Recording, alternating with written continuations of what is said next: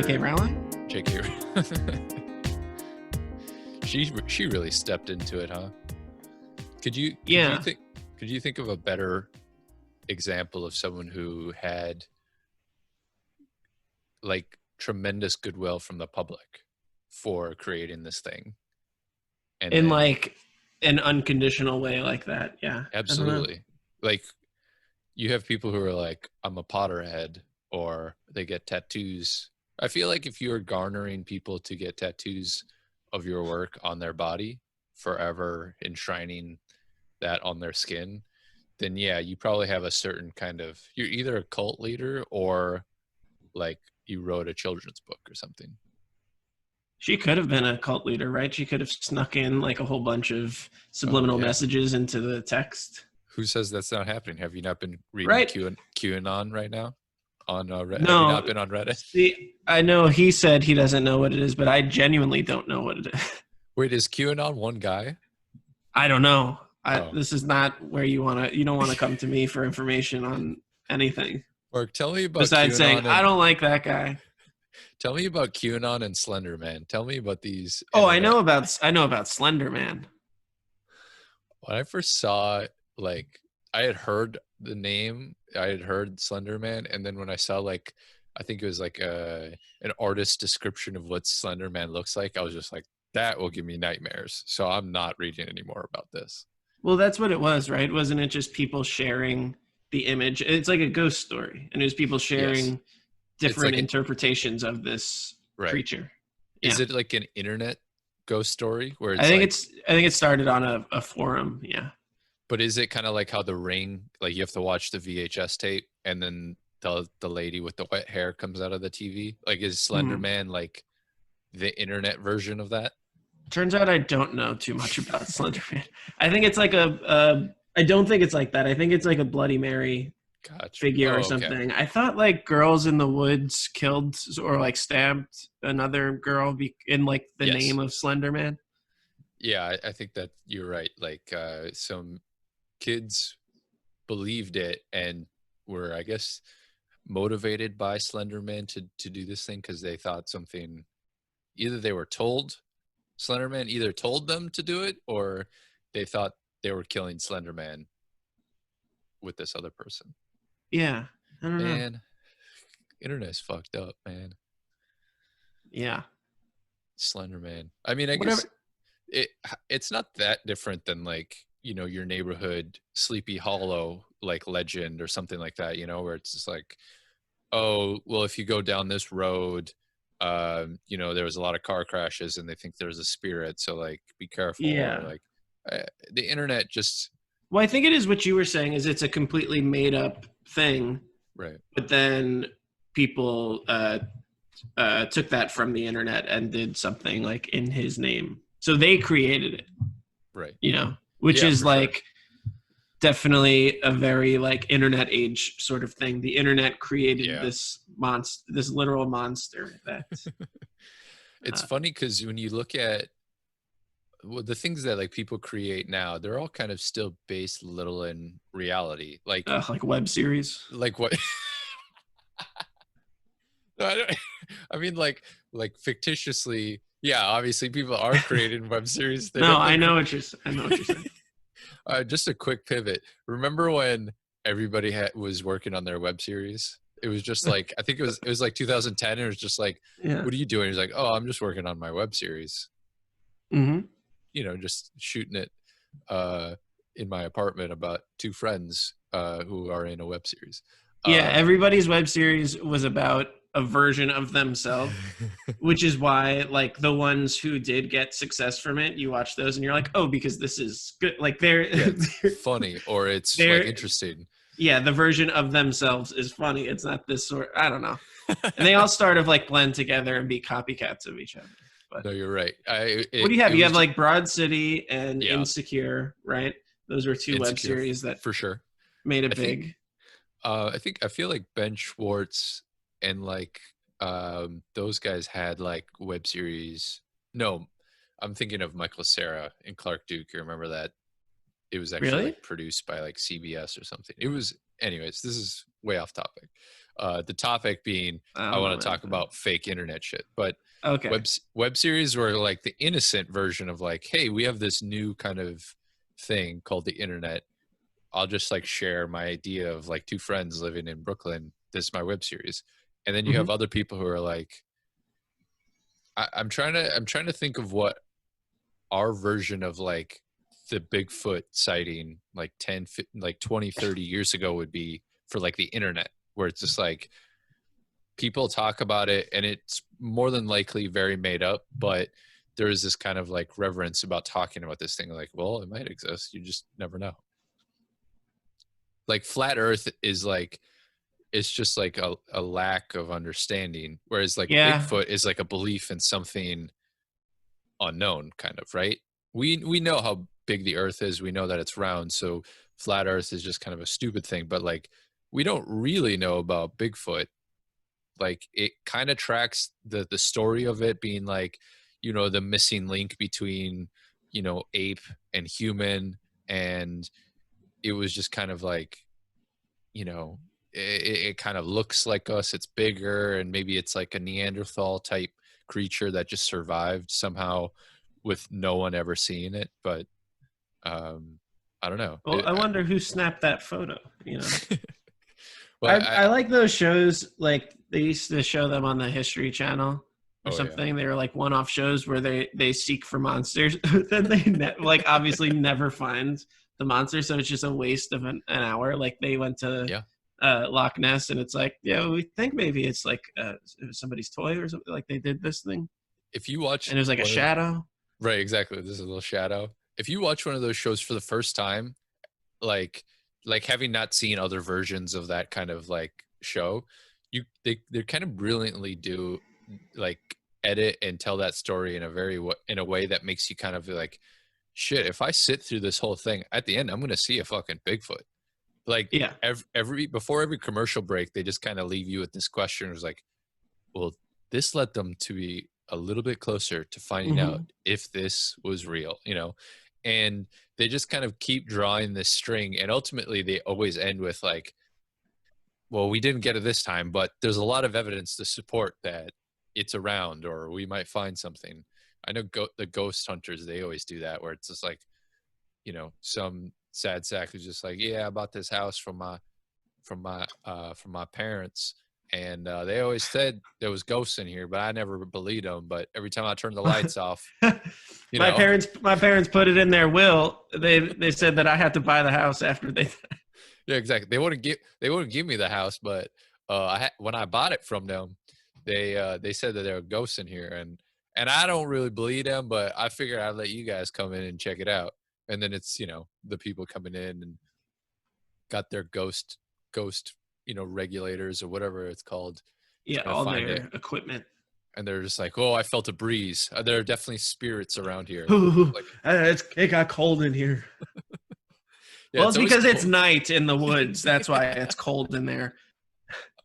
And you're in the basement. Heat rises, motherfucker. You dumb idiot. That's science. But those kind of things, well, I mean, I feel like we might have talked about this, but like the Bigfoot and the UFO thing were all within an era where you kind of had to go and trust, you know, this person who had a photograph, or, you know, conveniently had their camera, you know, set up so they could take a photo of. Right. And you could fake anything. Exactly. And I think that's what modern technology, like, isn't that wild? People would just believe anything. Yeah, of course. They're like, oh man, well, I mean, we believed a lot of things. We believed, you know, we had a reason to go into Vietnam and fight fucking the Vietnam War. But I feel like dumb shit, stuff that really didn't matter in the grand scheme of the world. Like we definitely bought hook, line, and sinker. Like Bigfoot. I'll always go back to Balloon Boy, because that was at a time where we should have known better, but we just didn't. We were just Wait, so that was, people thought that there was a boy in a weather balloon, right? Yep. And the weather balloon is just cruising like in the sky, and then so was that the last one of like, because the internet was around, that was like 2000, 3 or something like that, probably, right? Balloon Boy? No, I think I might have been maybe in college when that happened. I don't think it was that early. I feel like we were definitely a few years after 9/11, because I feel like. But that was the thing that everybody was following on the news. Right. Oh yeah, it was our version of OJ and the White Bronco. Like every TV channel, every news channel had it. Baby Jessica. Baby Jessica. Did she fall into a well? She was a baby and she fell into. Now she's adult Jessica. They got her out. It was a happy story. That is always something that, especially in the internet age now, it is very easy to kind of just like pull. But like, you're baby Jessica. You're obviously adult Jessica now, but everybody knows you as baby Jessica. Wait, I looked up. I wonder if it's still there, because I looked it up on Wikipedia like a long time ago. Yeah. And you know how on the side it says like something that somebody's known for, like if they're an actor, the movies that they're known for. I think it said known for being trapped in a well. No. But imagine you're Jessica, right? Baby Jessica, as you're known. And you're like in your 20s, maybe you're like starting to date, and you meet somebody and they're like, so, tell me about growing up and whatever. And you're just like, I like to play baseball. I like gymnastics. And you might know me also because I fell into a well when I was a child and it became a national news story. And I feel like baby Jessica is like, all right, she was rescued and she's safe now, and so she can look back at it, and it's it's an interesting story to kind of be like, oh yeah, that was me. I got trapped in a well when I was a baby. Yeah. Oh, there's also, so I looked it up, and it says known for falling into a well at 18 months. She's married, has 2 kids. Well, there you She's go. 34, so this was, she definitely was a baby then. Wow. And there's a picture of her being held by George H.W. Bush. Herbert Walker, the good Bush, right? They made a ABC television movie, Everybody's Baby: The Rescue of Jessica McClure. Wow. Starring Beau Bridges. Wow. And Will Oldham. That's even more shocking. And Beau Bridges played baby Jessica, right? Yeah. In the role of a lifetime, Beau Bridges plays Jessica McClure. He plays the police chief. I don't think anybody plays baby Jessica. Maybe it's one of those movies where she's just in the well and we just never see her. Yeah, it's like the suitcase or whatever in Pulp Fiction. Yeah, we just don't know what's in the suitcase. Good reference, right? That's a good, yeah. I mean, it would only be better if you then were like, "What's in the suitcase? What's in the suitcase?" Because that's also a reference to something we don't really see in a movie. Mm-hmm. So cool, Pulp Fiction. What is Quentin Tarantino thinking? I don't know. If I could ask him one thing, it'd be, what was in the trunk? What was in the trunk? I feel like I would have a lot of questions for him. I think I would just say, hey, and then walk away. And then he would just be nonstop talking. Don't you want to ask me questions? Look, let me tell you about how much I like feet. And you're just like, I gotta go home. Sorry. Just gotta walk away from it. There are probably a few celebrities in the entertainment industry or athletes or whatever where if you were at a party, I would be like, I would want to maybe avoid trying to get into a convo with Quentin Tarantino, right? Because you know it's going to be a one-way conversation. Right. And how long are you going to be interested in that? I mean, I guess it depends on how well you know about movies from the 30s and 40s, because that's probably what he's going to be talking about. Mm-hmm. And it's just like, I don't know, man. Do you like watching basketball or something? Like, do you have any other interest? Just like, what kind of hummus do you like? Because I feel like there's only the Sabre or whatever it's called. Do you think Quentin Tarantino likes spicy food? Yeah, probably. Yeah. Maybe food is something he's just like also obsessive with. I think a lot of people are. And those are the people who can like afford to go to like, who have definitely had like Wolfgang Puck personally cook them something. For sure. Yeah, you just are going over to Quentin's house. And what, do you want the eggs? I'll make you eggs. It's not even good things. It's just something that he cooks. Well, I can make you I make you pasta. Is Wolfgang Puck kind of like a fake celebrity chef like Gordon Ramsay, where it's just like they're known just for like the business of being a chef, but like cooking wise, they just kind of make normal, regular shit? I think that, well, Gordon Ramsay is famous from like a TV show, right? But I think Wolfgang. I thought he was just famous from that, and Wolfgang Puck is famous for like having restaurants, I think. Well, I thought because nobody's going to give Gordon Ramsay a show if he wasn't famous for something in the culinary world. Maybe he was famous for screaming "fuck you," "fuck off," "go fuck." Oh, he was edgy, wasn't he? Who knew people were so edgy around food? I mean, there is nothing better than Gordon Ramsay, screaming at somebody and his spit just covering their face because he's just screaming at how they didn't poach the eggs. You fuck you. And he's just screaming at them, and that's entertainment. Yeah. I mean, that was like a simple time when that was entertainment. Like people loved Simon Cowell because he was like the mean one or the strict one. The fucking chicken is raw, Mark. The fuck? You call yourself a fucking chef? Gordon, like I'm just trying my best, and you literally just spit all over the chicken that we have to serve to somebody. Yeah, go on. He was just screaming. Go on. I'm done saying what. Fuck off. Yeah, that's right. Go on. And it's just like, oh God, Gordon Ramsay is. There's no question that like his blood pressure is through the roof. Has to be. There's just no way your heart can take that much energy.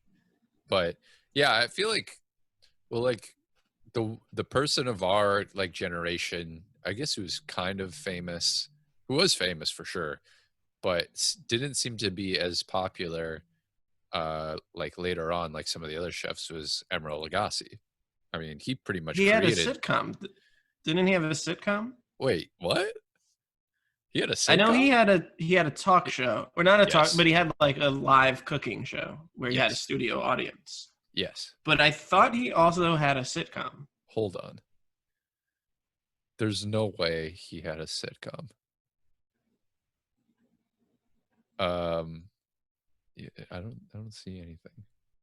Oh my God. He briefly starred on Emeril, a TV sitcom, in 2001.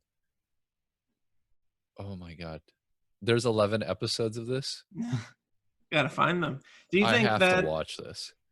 We should make a sister podcast where if we can find those episodes. I'm sure they're like scrubbed from everything. This is upsetting on so many levels. And you got some solid TV actors in the show. Lisa Ann Walter. She was in Parent Trap, Bruce Almighty. Carrie Preston, who's great in she's great in The Good Wife. She's in True Blood. Robert Urich, I don't know that guy. He's older. Sherry Shepherd. I've heard of her. Yeah. So like clearly there's people in it. The 11 episodes, 3 unaired. This might have to be. I might have to watch this. It's kind of like, yeah, I definitely did not know that. But so like Emeril Lagasse was huge, obviously.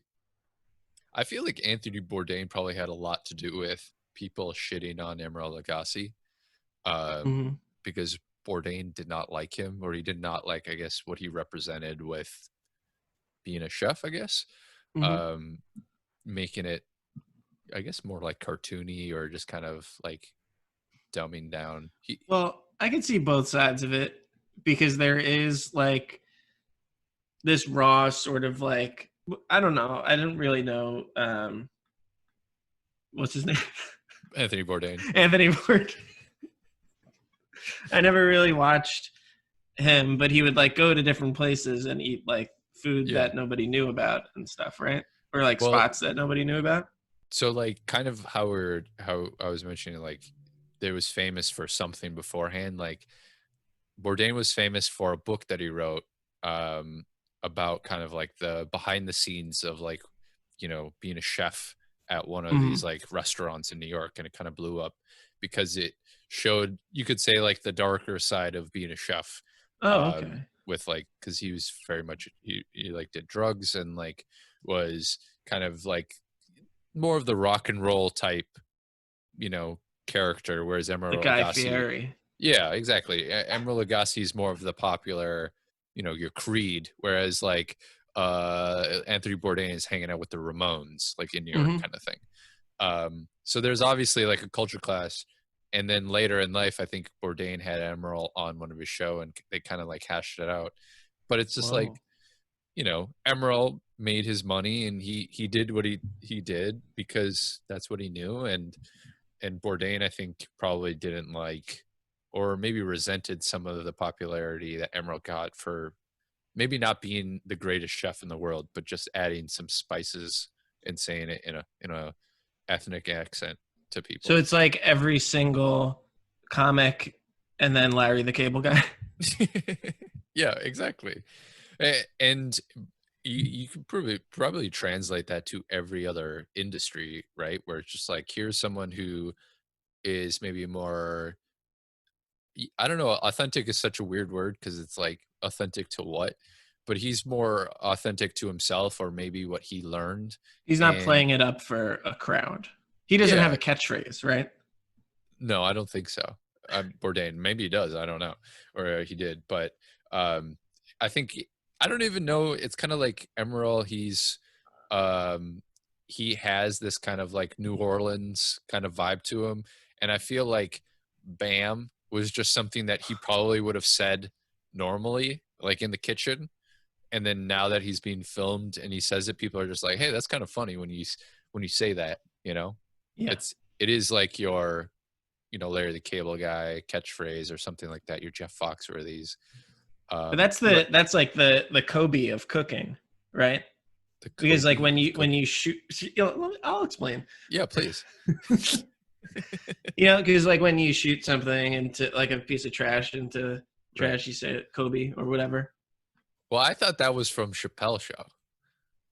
Oh, it could be, but that like made its way into people's everyday life. Like everybody does that for sure. And it's so I feel like, yeah, that it had that big of a reach. Well, also the connotation for the sketch was not like something very positive about Kobe. And like, I think people, adopted this kind of like shoot your shot, kind of like Kobe would mentality. And it is weird because, it's like culturally, it's just kind of attributed to Kobe Bryant. But I'm pretty sure Chappelle's show, that sketch was like, because I think he actually says like Kobe, and maybe he's pulling from something else that I don't know of. But I thought it was something like, I thought that definitely popularized it, but I thought that was just like a jumping off point from. Yeah, it might be. Yeah. Just to call out, you know, every time you put something in a microwave and you press like start, you're like, Mark.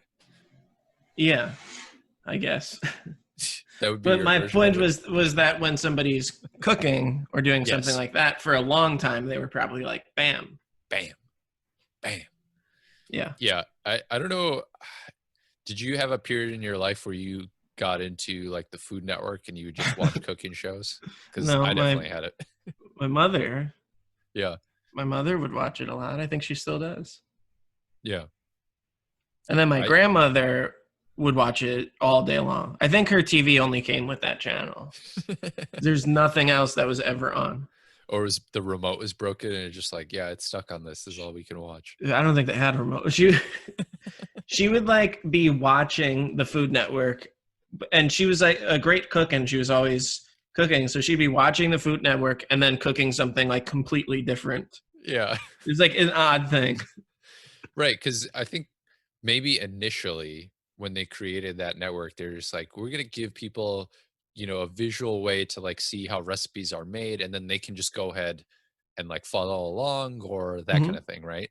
And I feel like so much of it now is just kind of like, let's just watch people make shit that we can't eat, which is also weird because it's just like all that really wants me to do is eat food. But yeah, obviously then there are all the different versions of it. But when I was in college, I think I was a freshman or maybe sophomore in college, it was like appointment television in our dorm room to watch Giada De Laurentiis for her cooking show, because she was a smoke show. And it was just like, college, kids just being like, could never, obviously our reason of watching was not even close to being cooking. It was just like, well, let's see what she wears today. Maybe we, who knows? And it's just kind of funny because they would like show us the way they shot that show. They had to know that like we're gonna capitalize on her kind of like attractiveness and all this stuff, because some of the shots, like the term male gaze or whatever, where it's just like it's like this kind of subconscious thing certain filmmakers, not even maybe subconsciously, but thing filmmakers will do that comes from a male perspective, where it's just like, this is really just showing males perspective and males gaze on women's bodies that has nothing to do with what they're talking about or what they're doing, right? And so you're a fan of that. I was a huge fan of it on that show, because it was just like, I don't give a fuck about your lasagna that you're making. All we're doing is we're just doing medium shots of you cutting tomatoes, and it's just like all we see are your boobs and then you cutting tomatoes. It's just like, what is this show? Who made this show? Because it was just such a there are some of those shows that are like, this is, if it was classified in a different way, you wouldn't be surprised that they would be like, yeah, this is like softcore porn. It's just we're cooking things. It's just kind of weird, because it was just like the way everything was shot and kind of presented was just like done, and it was just like, oh, this is for like dudes to see. Basically. I don't think that. Maybe, I don't know. I mean, if you saw some of these angles, that was like the. Yeah, I guess I don't remember the show well enough. If you saw some of those angles, you'd be like, there's no reason to have the camera pointed like that, unless we're trying to see down her shirt. Like, what the hell? And it was just kind of like, being horny teenagers basically watching the show. And then obviously subconsciously learning how to like cook all these amazing, simple Italian dishes. Wait, so then you get horny every time you cook? Yeah, we get horny because you have recall of when you learned how to make this. They were just like, why do I get turned on whenever I see olive oil like getting hot in a pan? It's just like, or anytime I see someone like slice onions this way. It's weird. This the TV has perverted our brains, man. Yeah. It was just like cooking shows, I think, in the like competition cooking shows, I feel like are more interesting than like, I'm just gonna do chicken cordon bleu because it's like whatever. I at least want to see somebody kind of like under pressure and like kind of working towards. Oh, you mean like a competition show? Yeah, like a competition. Yeah, I do like the.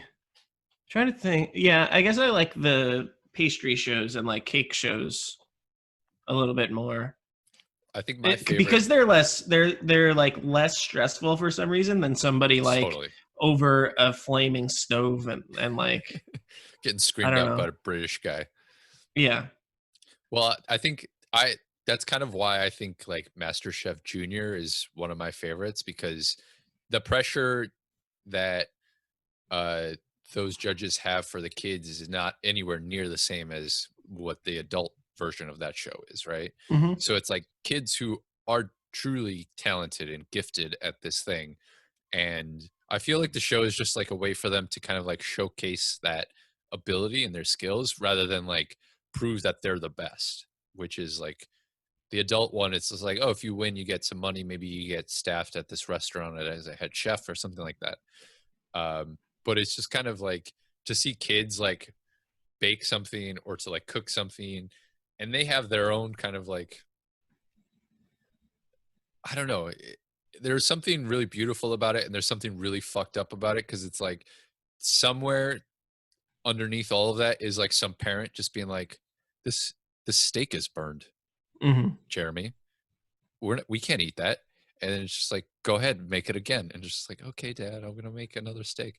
And it's just like, if these kids are coming from a place where it's just like, yeah, I feel empowered to like cook and I want to cook, that's great. But I also feel like it has to be coming from the parents, because what parents is going to be like, hey, you can just go ahead and use my gas stove and all of my sharp knives to cook a Well, I ridiculous think all meal. the kids want to be there for the most part, right? Yeah, Like I on mean, the I hope show. so. I hope so. Yeah. There's no real way other than kind of like being a part of their family to know for sure. But And I then, wonder if it's like maybe they cooked with one of their parents when they were very young and then they just like took a liking to it, or they were surprisingly good at it. you know And what, so they just started pursuing it. I would hope, and Or that maybe they is were, yeah, or maybe you're right. They were, well, I'm going to put it to you this way. I hope that every child actor loved acting with with their parents, and then just loved it so much that they started acting as a child, right? That's what I also hope that would happen. But again, when I see the Disney Channel, and I'm just like, yeah, these kids seem happy, I guess, but like, I don't fucking know.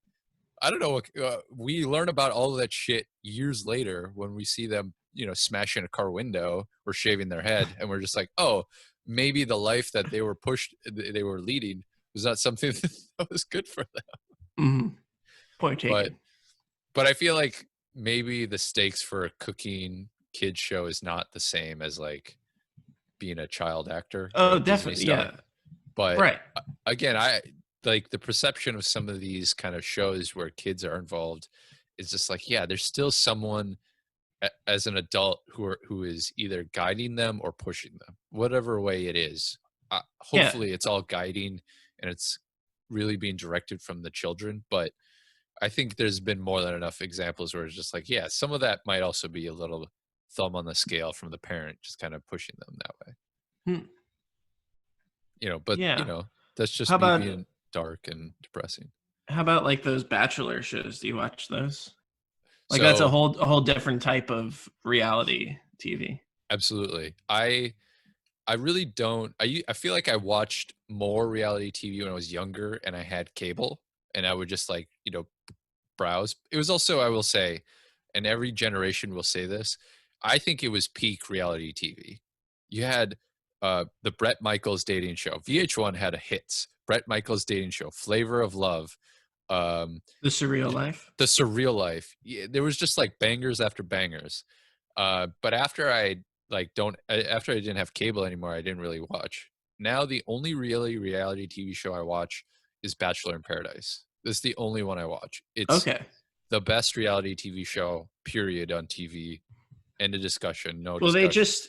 just all the shows, all the Bachelor shows, like do the same thing, but for that one, it's they just like pump them full of alcohol Oh, the best. constantly and force them to either make out or fight with each other. Yeah, it's the best because I don't watch The Bachelor or The Bachelorette Well, because that's how you get to know the contestants that are going to appear on Bachelor in but Paradise. But Mark, I don't really give a fuck about them. I don't really care about them. I just want to see them throw Well, shit at each other.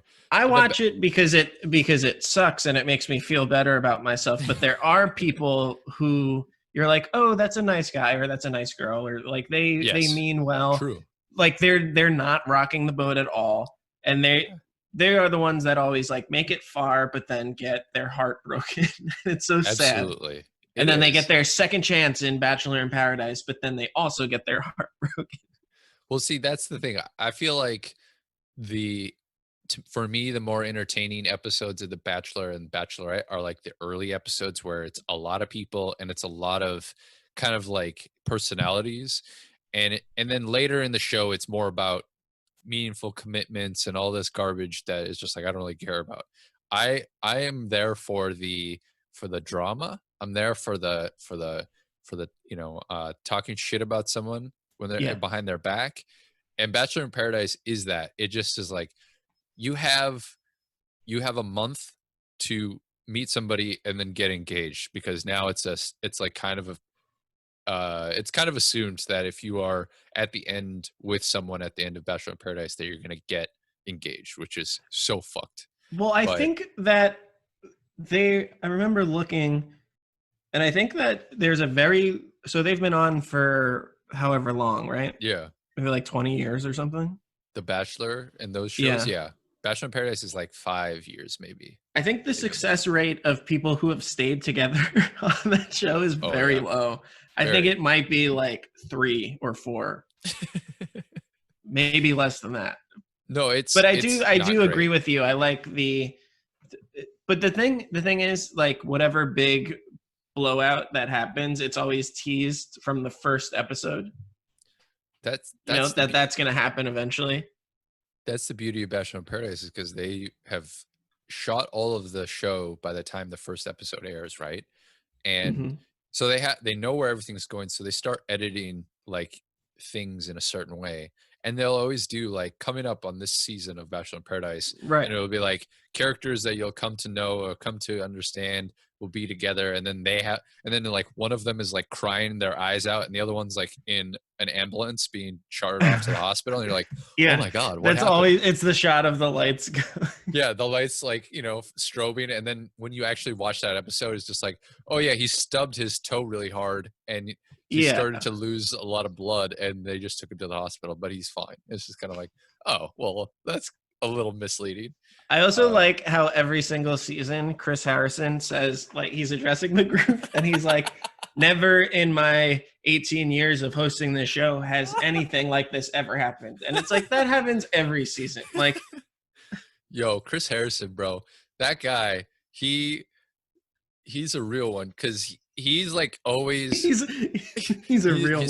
Seriously, because so he's obviously got the greatest gig ever, because he's not even like cushy. Yeah, he's not even like the guy in Survivor or like Big Brother, where they're kind of have to be a little bit more involved. Well, that's the thing that also, if I can interject, is like how I feel bad for not really the Bachelors, because like whatever, but the Bachelorettes, because they're there for a specific reason, but they also have to serve as the host of the show. Right.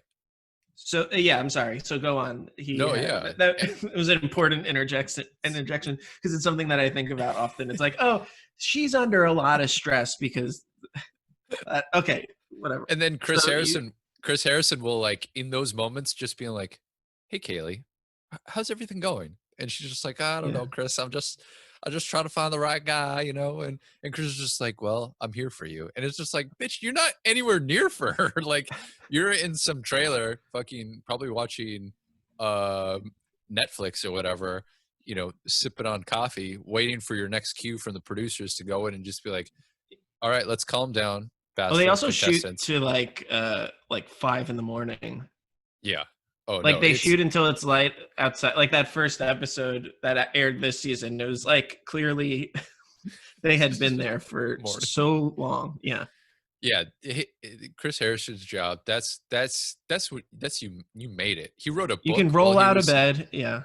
In one of those seasons, he wrote a book because he has all this downtime because he has to go wherever they're like located. Right. I assume they shoot in Los Angeles, but he has like all this downtime where, at least for Bachelor in Paradise, where he has to be like there in Mexico, but he's obviously not needed every day because they shoot like each episode is a week's worth of footage. So it's like maybe he's there for like 2-3 hours total, and that's it. And then does some voiceover or just like can fuck off and do whatever he wants for the rest of the time. Yeah, salute to him, because he like, not even saying like, oh, I wish I could host The Price is Right, or like those guys have to actually work. They actually have to like do things. Well, Chris Harrison just has to hold a fucking rose and just be like, all right, which dumb idiot do you want to pick? Yeah, you never in my 18 years has anything like this ever happened. But we have the final rose. Yeah, and whenever real drama happens, he's like in the corner. He's not even like anywhere near, like, producers or security people come in and have to like actually come on camera, and it's just like, are you okay? Yeah, I love the producer on camera, because they're never on who's camera. Definitely not, they didn't plan that at all. No, definitely not. Okay, you go out there and ask if he's okay. God, yeah.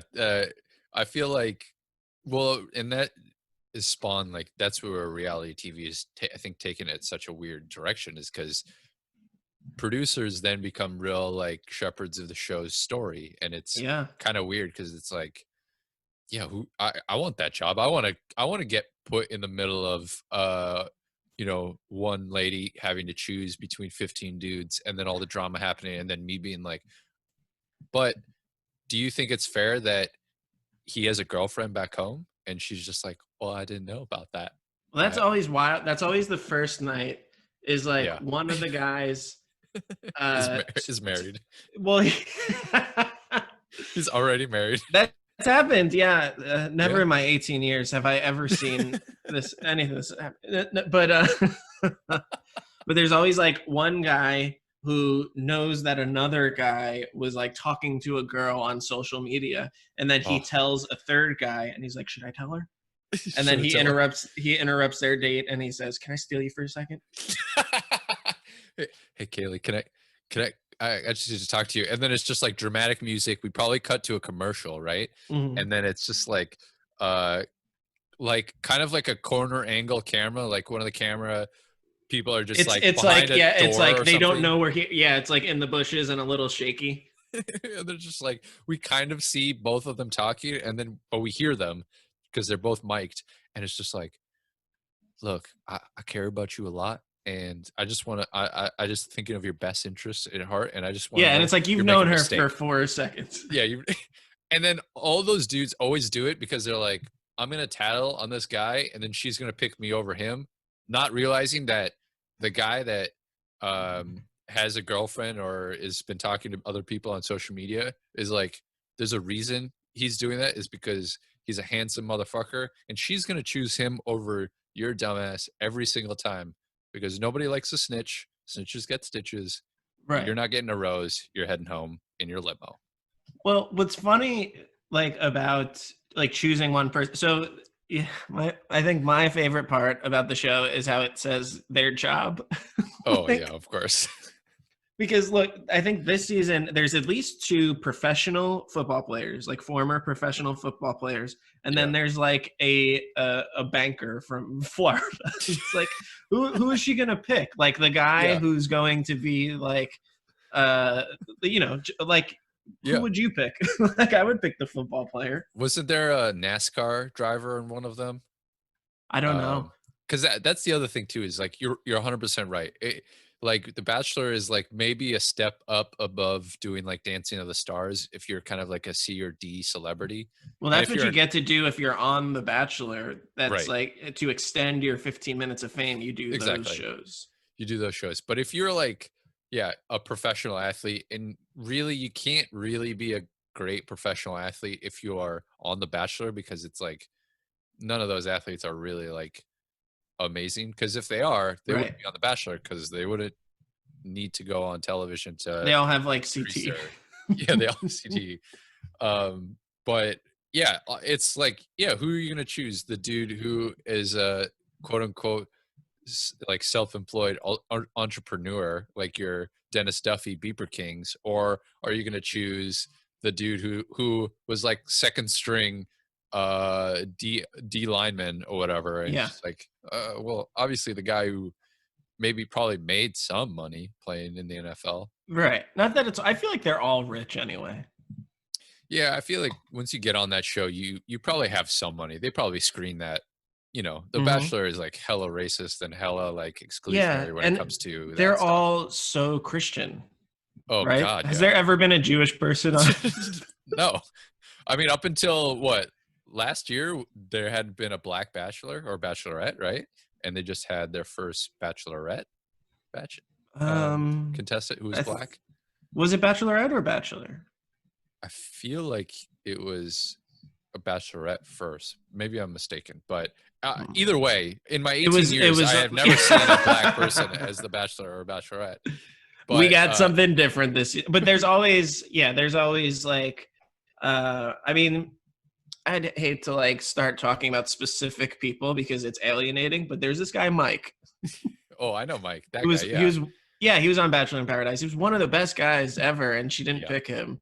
Yeah. It's sad. that he should have been the Bachelor, not that Peter guy. Peter was. I think there were a lot of people who were advocating for him, but yes, it is weird because you truly, like everything else in this world, you kind of are like, oh, there are clear, when people are like, oh, we want to diverse this, or we want to make sure we share different perspectives. It's just like The Bachelor is like such a prime example of something like that, where it's just like they have every opportunity to change anything they want because the show is incredibly popular, but they're right. worried about, you know, Christians or middle America being like, oh, we don't want to lose viewers because the contestant is black. Yeah, it's And always a people don't thing of like like, black I people. wonder It's if like, this what? person is a Trump supporter or like their family is a Oh, a Trump lot supporter. of them Because are, like you can for tell sure. sometimes. They have to be. I mean, a lot of them, I will say, they probably get screened to be like, all right, you're going to be on the show, but these are no-goes. You can't talk about politics. Right. You can't talk about like certain things, because they're trying to make this as like down the road, middle down the road as you can be. Not to say that those people in the competitions aren't having those discussions, because if you're going to fucking put a ring on somebody, you kind of want to know if they vote for the same person you do. Well, they definitely But have discussions about religion. yeah, but maybe they don't actually put that in the episodes of like, oh yeah, I love Trump. Trump's great. And it's like, oh great, Right, we're on the same page. They're probably just like, yeah, we'll cut this out just in case some Biden folks, like it. But yeah, it's The Bachelor is The Bachelorette are fine, but the real good stuff, is Bachelor in Paradise. And we should do a recap show. Because there's none of those that exist. Yeah, no, nobody does a recap show about The I Bachelor. started watching it because girls in my office were watching it. And I heard them talking about it, or I watched a little bit of like 90 Day Fiance, and I was like talking to someone, and I was like, it was so like incredible. And then she was like, oh my God, we have a Bachelor group. If you want, like, you would love that show. And then I just like was in it.